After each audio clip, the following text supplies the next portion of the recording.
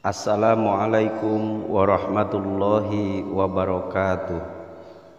Alhamdulillahi rabbil alamin, wabihi nasta'inu ala umurid dunya waddin, wassalatu wassalamu ala ashrafil anbiya'i wal mursalin, sayyidina wa maulana Muhammadin wa ala alihi wa ashabihil mujahidin at-tahirin, amma ba'du. Saudaraku sahabat YouTube yang dirahmati Allah,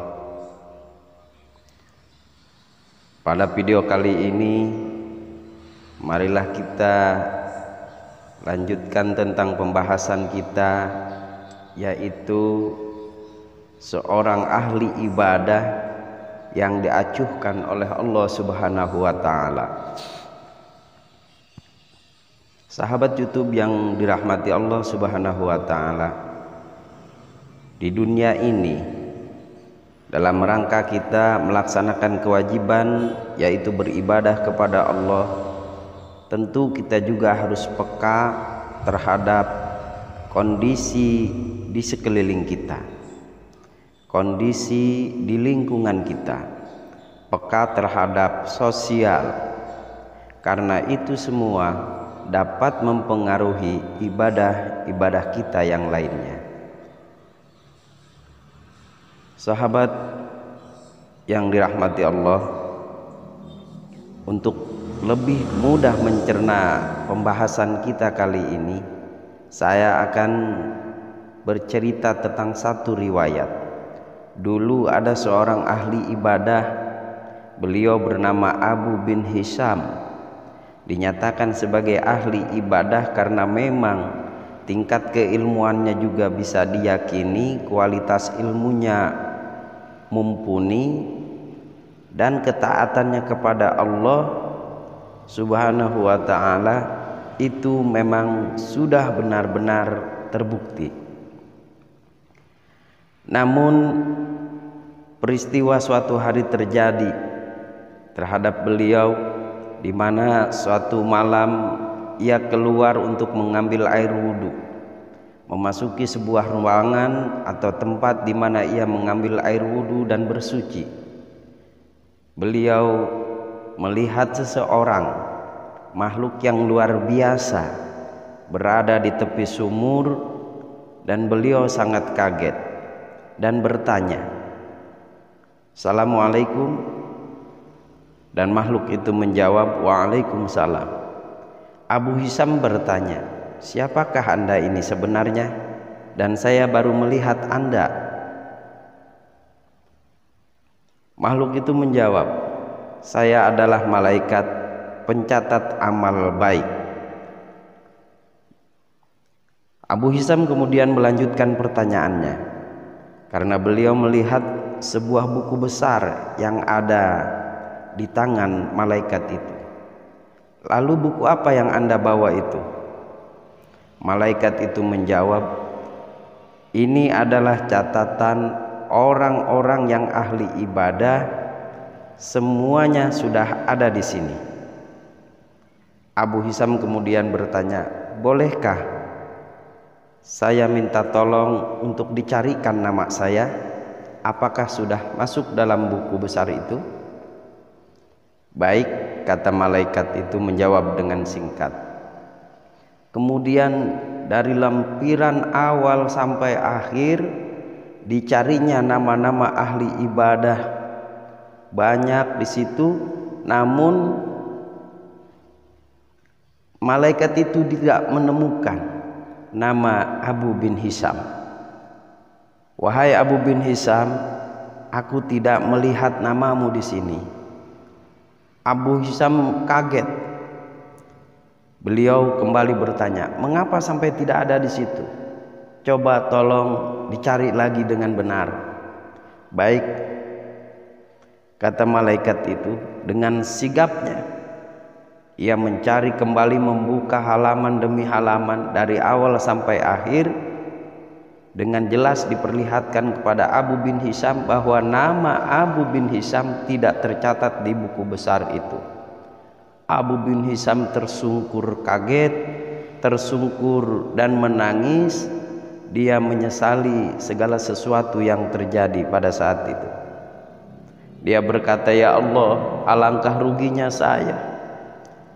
Saya setiap hari, setiap waktu melaksanakan ibadah kepadamu. Setiap malam aku terbangun. Ketika orang terlelap, ternyenyak tidur, saya terbangun.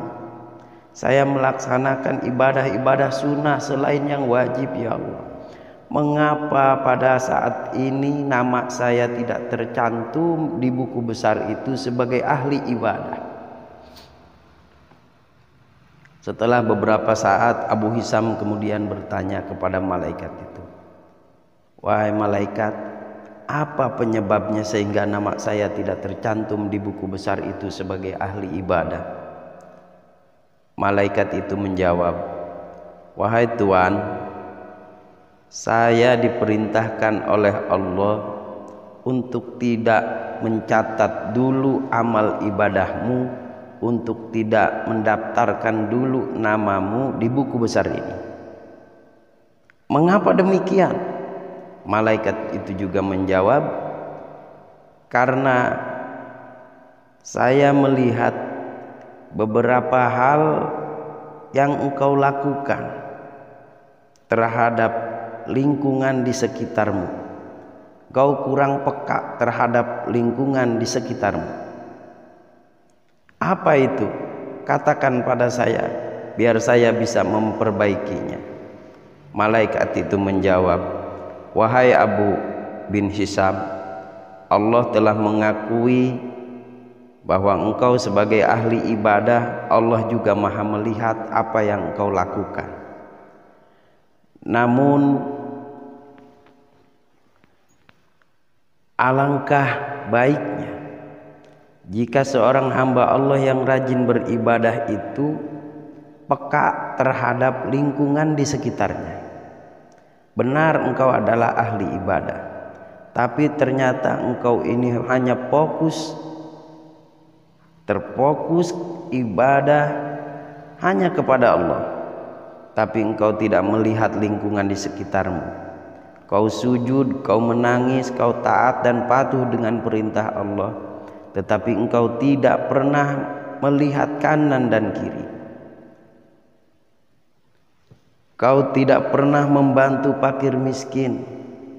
Ketika kau senang-senang melaksanakan ibadah kepada Allah, engkau tidak pernah melirik anak yatim dan fakir miskin menangis, meraung-raung merasakan lapar di sekitar lingkungan. Padahal kau mampu untuk membantunya, tapi kau tidak punya niatan untuk merangkul dan membantu mereka, sekedar memberikan makan dan minum untuk mengganjal perut mereka yang sedang lapar.